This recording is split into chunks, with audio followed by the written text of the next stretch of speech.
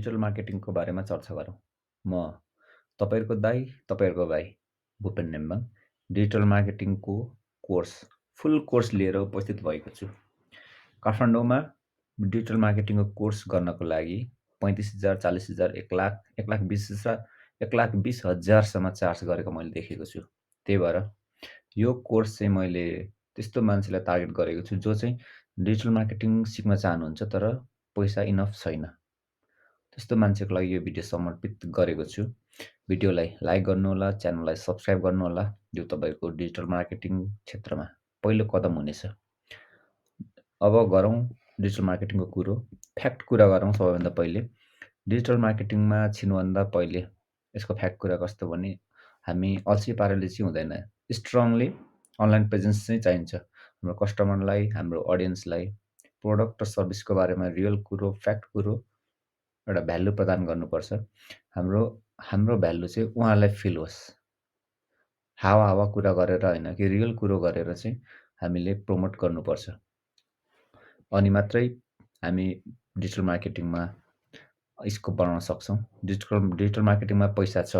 म पैसा जहिले पनि भन्छु make the money, not earn भन्छु कि। Don't earn the money, make money भन्छु। डिजिटल मार्केटिङमा एक्सपर्ट हुनुहोस्, राम्रो गर्नुहोस्। यसमा राम्रो पैसा छ। तपाईँ सुतिरहेको बेला पनि पैसा कमाउने, घुमिरहेको बेला पनि पैसा कमाउने ठाउँ हो यो। काम गरिराख्नु पर्दैन पैसा कमाउनलाई। डिजिटल मार्केटिङ भनेको के हो त? त्यति भइसके पछाडि व्हाट इज डिजिटल मार्केटिङ यसको बारेमा कुरा गरौँ।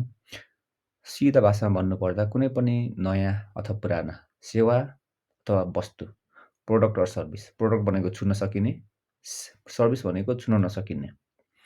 त्यस्ता प्रोडक्ट र सर्भिसलाई मासमा, पब्लिकमा फैल्याउने, अनलाइनको मार्फतबाट, इन्टरनेटको थ्रुबाट फैल्याउने काम, जसमा चाहिँ अब सोसल मिडियाहरू प्रयोग हुनसक्छ, गुगल एडसेन्स वेबसाइट प्रयोग हुनसक्छ। यसलाई चाहिँ डिजिटल मार्केटिङ भनिन्छ। जस्तै एउटा प्रोडक्ट अफ सर्भिसको बारेमा Facebook, Twitter, Insta, TikTok, website, Google AdSense इत्यादि प्रयोग गरेर पब्लिक माझ पुर्याउने काम नै हो डिजिटल मार्केटिङ। सिधा भाषामा भन्नुपर्दा छोटकरीमा डिजिटल मार्केटिङ भनेको त्यति हो र यो एकदम इफेक्टिभ पनि छ, सस्तो पनि छ। पत्रिकामा कसले एड गरिबस्छ, टिभीमा कसले हालिबस्छ, लाखौँ लाख तिरेर 10 लाख 20 लाख तिरेर पत्रिकामा एड गर्नुपर्छ, टिभीमा लाखौँ लाख तिरेर एड गर्नुपर्छ। त्यो पनि टार्गेटेड कस्टमरमा पुग्ने कि नपुग्ने त्यो टुङ्गो छैन। रिजल्ट कस्तो आयो त्यो टुङ्गो छैन। तर डिजिटल मार्केटिङमा अनलाइनबाट हामीले एड गरियो भने हामीले टार्गेटेड जस्तै 18 देखि 20 वर्ष बिचको मान्छेलाई यो एड देखाउनु भनेर हाल्यो भने त्यो उमेर समूहको मान्छेलाई देखाउँछ। यो विज्ञापन चाहिँ काठमाडौँमा मात्रै देखाउनु भनेर हामीले हाल्यौँ भने काठमाडौँमा मात्रै देखाउँछ। यो भिडियो चाहिँ, यो विज्ञापन चाहिँ सातबाटो एरियामा मात्रै देखाउनु भन्यो भने त्यो मात्रै देखाउँछ। त्यही भएर यो राम्रो पनि छ, सस्तो पनि छ। डिजिटल मार्केटिङमा पैसा कति छ, कस्तो छ भन्ने कुरा गरौँ। पैसा टन्नै छ डिजिटल मार्केटिङमा, तर सिक्नको लागि चाहिँ हतार गर्नु भएन। प्यासेन्स लेभल राख्नु पर्यो। प्यासेन्स धैर्य गरेर सिक्नु पर्यो। मसिनो कुराहरू बिस्तारै सिक्दै जानु पर्यो। एकैचोटि सबै सिक्छु भनेर हतार गर्नु भएन। सिकिसके पछाडि पैसा जति पनि छ हामीले एउटा ब्लग लेख्यौँ। हामीले ब्लग लेखिसके पछाडि त्यसमा ट्राफिक फ्लो ल्याउने, अनि ट्राफिक आइसके पछाडि ट्राफिक भनेको हाम्रो वेबसाइटमा मान्छे कति आउँछन् त्यसलाई ट्राफिक भन्छ। हाम्रो वेबसाइटमा एड आउँछ। हामी सुतिरहेको बेला पनि, हामी घुमिरहेको बेला पनि त्यो एडमा मान्छेले क्लिक गर्यो भने हाम्रो पैसा आउने भयो। त्यसरी पैसा कमाइन्छ डिजिटल मार्केटिङमा। एफिलिएट मार्केटिङ गरेर पनि पैसा कमाउने पाइयो। अब अलिक डिटेलमा कुरा गरौँ पैसा कसरी कमाउन सकिन्छ भन्ने कुरो। किनभने पैसा हरेक पाइलासँग, हाम्रो प्रत्येक पाइलासँग पैसा जोडिएको छ। त्यही भएर पैसाको कुरा गर्नु एकदम आवश्यक छ। How to earn money from digital marketing. अघि पनि भने यसमा चाहिँ अब social media marketing, blogging, affiliate marketing, freelance service, YouTube channel, e-commerce, email marketing इत्यादिबाट पैसा कमाउन सकिन्छ। अब यसमा यो टर्म्स, यो शब्दहरू नबुझिन्छ भने कमेन्ट गर्नुहोला। म यसको बारेमा छुट्टै भिडियो बनाउँछु।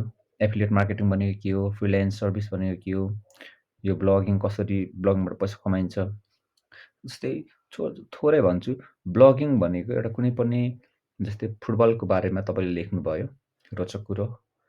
फुटबलको बारेमा लेख्नुभयो, फुटबल प्रेमीहरूलाई टार्गेट गरेर लेख्नुभयो।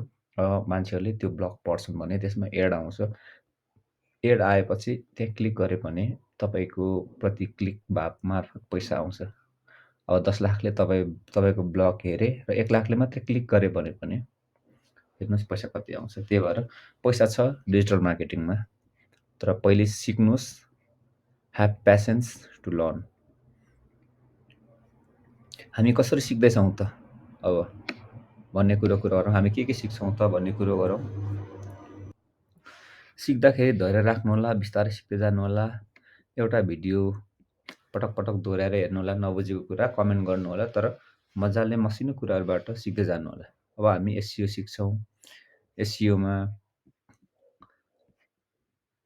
Technical SEO, on page optimisation, off page optimisation, अब यो कुराहरू बुझ्नुहुन्न होला। गर्दै सिक्दै गएपछि, हेर्दै गएपछि बुझ्दै गइन्छ। अहिले नबुझे पनि केही छैन। यो कोर्स अगाडि बढ्दै जाँदा तपाईँ पनि लेखेर सिक्दै जानुहोला आफ्नो कम्प्युटरमा। आफ्नो त्यति बेला यो वर्ड्सहरू, यो शब्दहरू फ्यामिलियर भएर बुझ्दै गइन्छ। कन्टेन्ट मार्केटिङ सिक्नेछौँ। कन्टेन्ट मार्केटिङमा create content, promote content, measure and optimise, define target audience, यो सबै सिक्नेछौँ हामी। हाम्रो टार्गेटेड अडियन्स कता हो, के हो, हामी पहिले पहिचान गरेर हाम्रो एड हामी त्यतातिर लान्छौँ। अघि भने जस्तै निश्चित उमेर समूहलाई अथवा निश्चित ठाउँलाई टार्गेट गरेर हामी एड गर्छौँ। अब सोसियल मिडिया मार्केटिङमा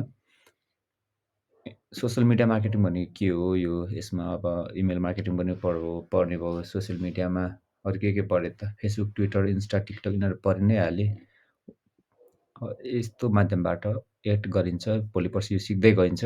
भिडियो चाहिँ आधी बाटोमै नछोड्नु होला। अब वेब एनालिटिक्स यिनीहरू सिक्ने भयो। मोनेटाइजेसन यो एकदम आवश्यक छ। पैसा जोडिएको छ हाम्रो जीवनसँग, हाम्रो प्रत्येक पाइलासँग। त्यही भएर मोनेटाइजेसनको बारेमा मोनेटाइजेसन इम्पोर्टेन्ट छ। हाम्रो मोनेटाइजेसनको रणनीतिहरू, एडसेन्स, एफिलिएट मार्केटिङ कसरी गर्ने, डिजिटल प्रोडक्ट्सको बारेमा कुरा गर्नेछौँ। भिडियो लामो नहोस् भनेर छोटकरीमा बनाउँदैछु। भिडियो लामो भए पनि अलिकति स्किप गरेर हेर्दा पनि हुन्छ जानेको कुराहरू, तर विषयमा चाहिँ छोडेर नजानु होला। किनभने अघि पनि भनिसकेको छु, ह्याभ प्यासेन्स वाइल लर्न भनेको छु। सिक्ने बेलामा प्यासेन्स, धैर्यता राख्नुहोस्।